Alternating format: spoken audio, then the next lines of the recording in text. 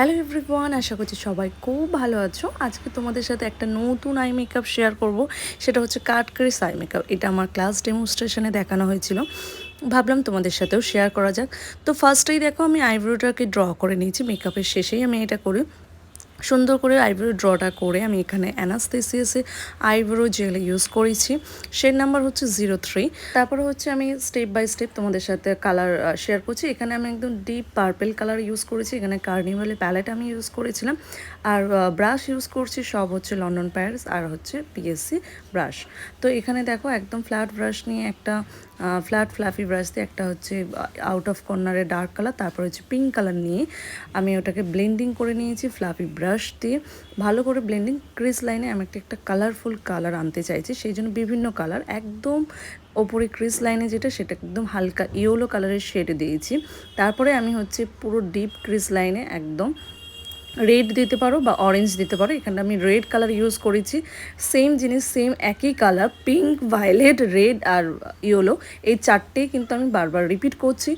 একদম শেষে out of কর্নারকে dark করার জন্য আমি ডার্ক কালার ইউজ করেছি এখানটায়।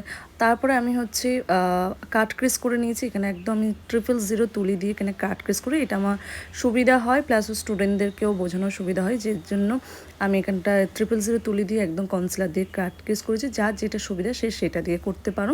তারপরে একদম মিনি বিউটি ব্লেন্ডার দিয়ে আমি ওটাকে ভালো করে ব্লেন্ড করে নিয়েছি। সেম যে কালারটা আমি আউট অফ কর্নারে দিয়েছিলাম কালার, ডার্ক কালার, সেটাই কিন্তু ফের ডার্ক কালার ইউজ করেছি। ডার্ক কালারের পরে আমি হচ্ছে পিঙ্ক কালার, যেহেতু আমার sari blouse pink combination, violet combination ছিল বলে সেই জন্য সেই রকম কালারই আমি টেনেছি। পিঙ্কের পরে আমি হালকা রেড, একদম সামান্য দেখতেই পাবে। তারপরে একদম সামনে যেটা হচ্ছে ইনার কর্নার, সেখানে একদম আমাদের বেবি পিঙ্ক দিতে পারো। এখানে আমি একদম হালকা ভায়োলেট, একদম হালকা পিঙ্ক কম্বিনেশনে যে ভায়োলেট, সেই ভায়োলেট কালার দিয়েছি। তোমরা পিঙ্ক কালারও দিতে পারো। তো এইটাকে ভালো করে ব্লেন্ড করে নিয়েছি। এখানে কোনো রকম ক্রিমি শ্যাডো আমি অ্যাপ্লাই করিনি, সব পাউডার শ্যাডো। যতটুকুনি দেখছো সবই এখানে পাউডারের মধ্যে থেকেই হয়েছে। তো লোয়ার ল্যাশ লাইনে সেম জিনিস হচ্ছে ডার্ক কালার থেকে ইউজ করে আমরা লাইট কালারে যাব। প্রথমে একদম লো কালার দিয়েছি, তারপর হচ্ছে ডিপ পার্পল কালার দিয়েছি, তারপর হচ্ছে ডিপ পিঙ্ক কালার দিয়েছি, তারপর একদম শেষে কিন্তু ইয়েলো কালার দেব। মানে একদম হচ্ছে ডার্ক থেকে লাইট শেডে, যত নিচের দিকে নামবে ততটাই হচ্ছে কিন্তু লাইট শেডে আসবে। তো সেমভাবে দুটো চোখেই আমি সমানভাবে একইভাবে করে নিয়েছি। একদম শেষে যখন ডার্ক কালার মনে হয়ে যাবে তখন তোমরা হালকা ইয়েলো কালার দিতে পারো, হালকা অফ হোয়াইট কালার দিতে, ওটাকে আরও কালারটাকে কমিয়ে আনে। তারপরে হচ্ছে এখানটা আমি লাইনার ইউজ করছি। এখানে লিকুইড লাইনার ইউজ করেছি, তোমরা জেল লাইনার ইউজ করতে চাইলে ইউজ করতে পারো।